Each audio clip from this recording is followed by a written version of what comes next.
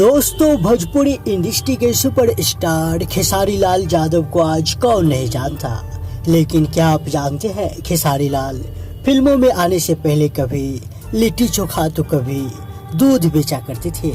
जी हाँ, आप सोच रहे होंगे कि ये सारा बात मैं बनाकर बोल रहा हूँ, तो ऐसा नहीं है। ये सारी किस्सा खेसारी लाल खुद कपिल शर्मा के शो में बताए थे। खेसारी लाल के लिए वो वक्त था जब इनके लिए 10-20 रुपए भी बहुत बड़ा होता था। जी हाँ, ये जो कहावत है ना, कब किसका समय बदल जाए कौन नहीं जानता।